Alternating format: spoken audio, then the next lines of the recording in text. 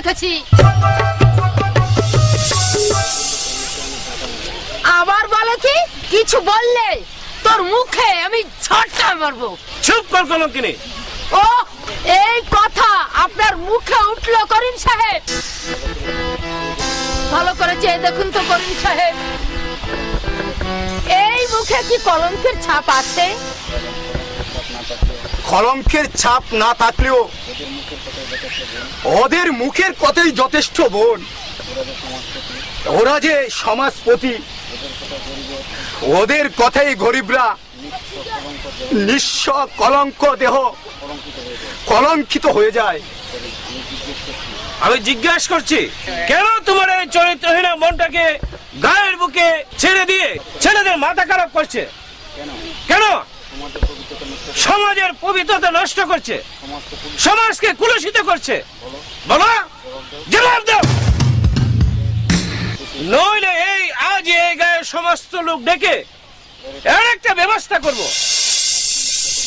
আপনি ইচ্ছে করলে সবই করতে পারেন করিম সাহেব, কিন্তু পিতার দৃষ্টিতে ওর দিকে একবার চেয়ে দেখুন। এই অবুজ সরলা পল্লীবালা অন্তর কি কোনো কলুষিত আছে? পল্লী মায়ের কোলে তার জন্ম, পল্লীর আলো বাতাসে সে লালিত পালিত, পল্লী শান্ত সে, সবুজ বুকে সে হরিণী, হরিণীর মতো ছুটে বেড়াবে। সেই অপরাধে কি তাকে চরিত্রহীনা বলে কলঙ্কি বলা যায়?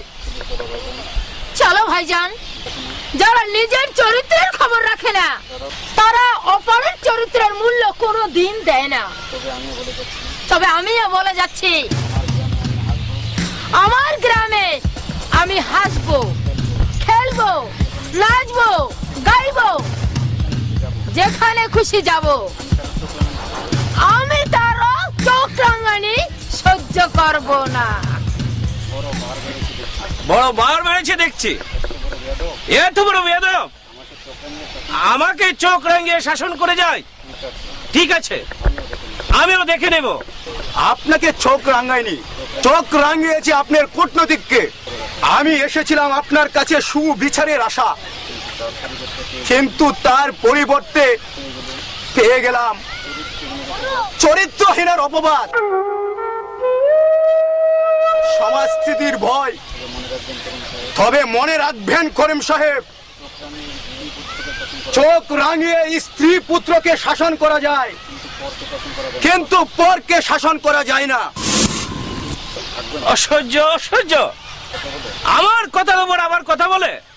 ছোট লোক ইতর ইতর মনে করেছে আমি কিছুই বুঝি না, কিন্তু তাদের বোঝা উচিত দক্ষণহীন করিম মিয়া আজ বুদ্ধির বলা হয়েছে করিম বর্ষ ব্যাপারী। আর যাদের নুন আনতে পান্তা পুরাই আর শেষ আমাকে চোখ রাঙায়, আমিও দেখে নেব তারা কত বড় খেলোয়াড়।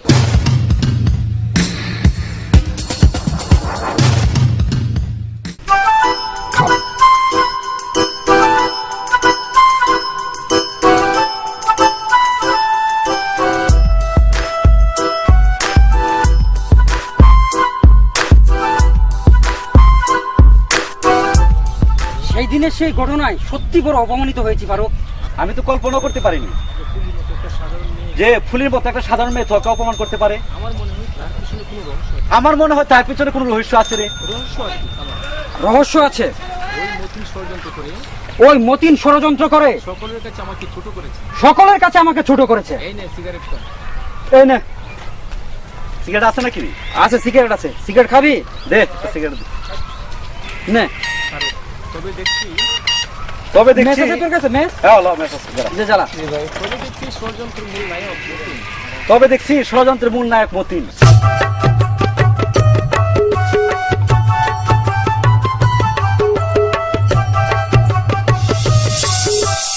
বুঝলি, মতিনের উপরে আমাদের প্রতিশোধ নিতে হবে। সে আমাদের ফার্স্ট টার্গেট। তারপর পুলিশ সঙ্গে মতিনকে জড়িয়ে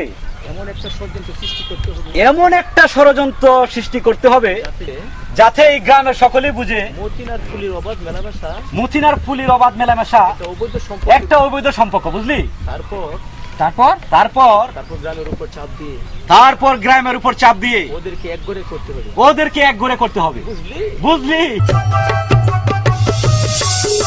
ঠিক আছে ফারুক, ঠিক আছে, তোর কথাটা রাইট। তোর কথাই রাইট। আমি দেবো যে আমি ওদেরকে বুঝিয়ে দেবো যে এই গ্রামে থাকতে এই গ্রামে থাকতে হলে আমাকে সালাম দিয়ে থাকতে হবে, নইলে বেশি বাড়াবাড়ি করলে আর বেশি বাড়াবাড়ি করলে গ্রাম ছেড়ে এই গ্রাম ছেড়ে চলে যেতে হবে। চলে যেতে হবে। আরে চলে যেতে হবে, নির্ঘাত চলে যেতে হবে, আজ আজ এক্ষুনি এক্ষুনি চলে যেতে হবে। ফারুক চাচা, ওকে চলে যেতে হবে কেরামত চাচা। কেরামত, ওই ডিঙ্গি চুরি আর ওই ডিঙ্গে চুরি ফুলি আর রায়হান পুলি আর রায়হান উভয়কে চলে যেতে হবে। উভয়কে চলে যেতে হবে। তোবা তোবা, তোবা তোবা তোবা। নামটা মুখে আনতে আমার আর নামটা মুখে আনতে আমার ঘৃণা হয়।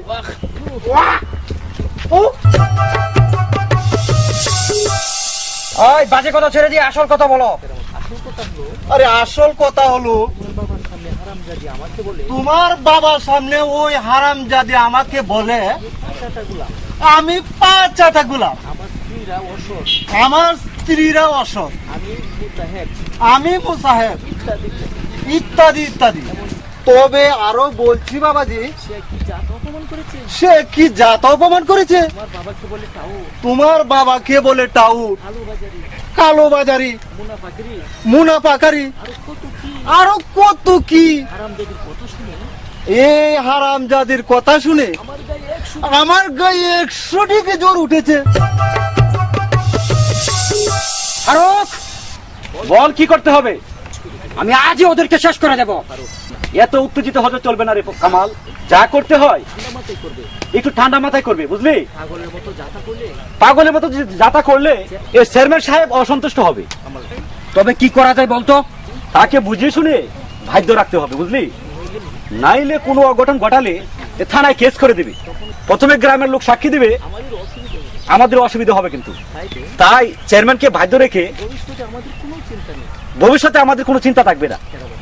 তাছাড়া কোহিনুরের সঙ্গে সোহেলের ঘনিষ্ঠ সম্পর্ক রয়েছে। সুহেলের ঘনিষ্ঠ সম্পর্ক রয়েছে। মতিন চাইছে মতিন চাইছে তার বোনকে তার বোনকে সোহেলের কাছে দিয়ে দিতে। সুহেলের কাছে বিয়ে দিতে। এই সুযোগে চেয়ারম্যানের কানে এই সুযোগে চেয়ারম্যানের কানে যদি একটু বিষ জ্বালা দেয়, যদি একটু বিষ ঢালা যায় তা হবে সর্বরোগ নিবারণ। তা হবে সর্বরোগ নিবারণ। বৃহৎ ছাগল আত্মা জিতে।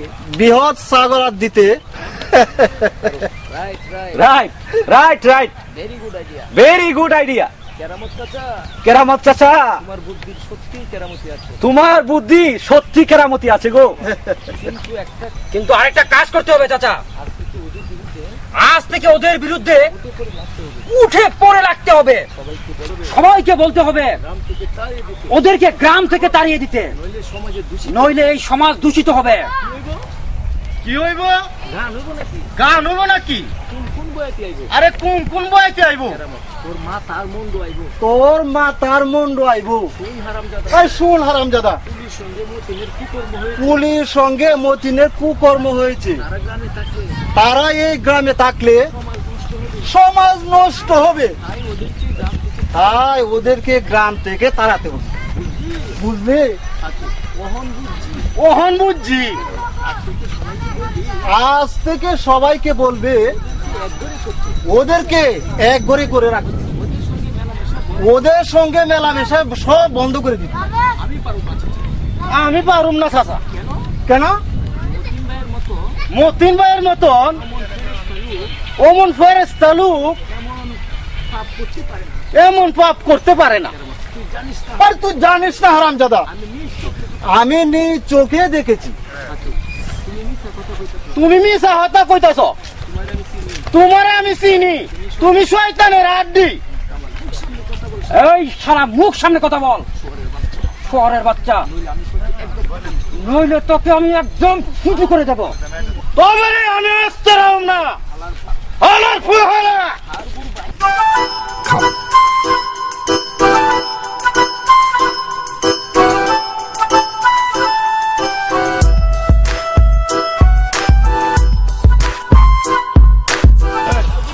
একেবারে হাড়গুড় ভাঙে এক করে দেবো।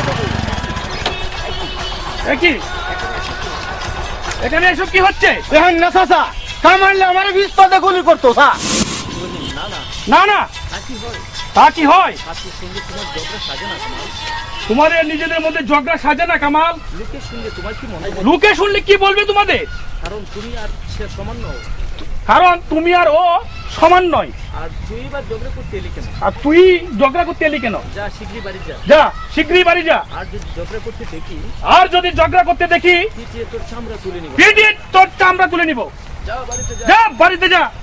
মনে রাখি শালার বউ, তুই কেন তোর বাপের অর্ডারাই না আর বোন কেরামত তোরে দুধ সুযোগে ভাই তোর ডিউটি ভাঙ্গিয়া ধরো একেবারে কেতা বালিশ করে শুনলেন সাহেব?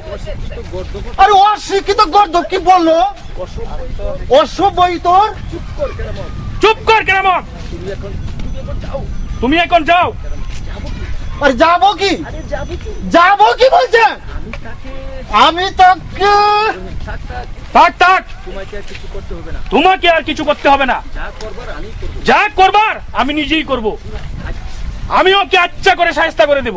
কিন্তু আমি তার বিচারটা যেন শুনতে চাই। তার কথা শুনে আমার শরীরে 100 ডিগ্রি জ্বর উঠেছে। যেখানেই যাই সেখানেই শুধু ফেসাল আর ফেসাল। একটু শান্তিতে যে থাকবো এরও কোনো উপায় নেই। শুনো কামাল, তোমার মতো শিক্ষিত ছেলের পক্ষে ওর গায়ে হাত তোলা তোমার অন্যায় হয়েছে। তাছাড়া সে যদি তোমাকে পাল্টা আঘাত করতো তখন কি তোমার মানিজ্য থাকতো? না চাচা, আমি ওকে প্রথমে আঘাত করিনি।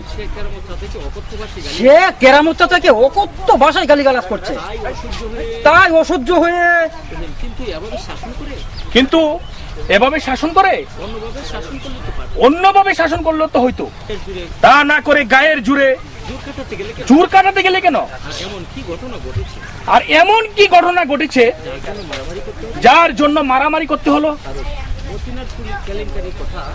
মতিনার পুলির কেলেঙ্কারির কথা বলতে গেলে চাচা,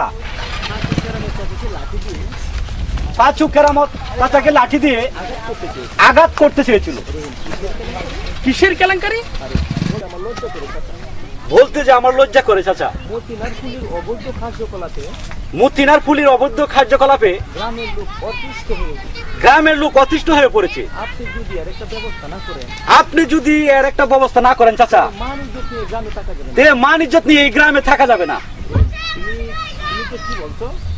তুমি কি বলছো? তা তো আমি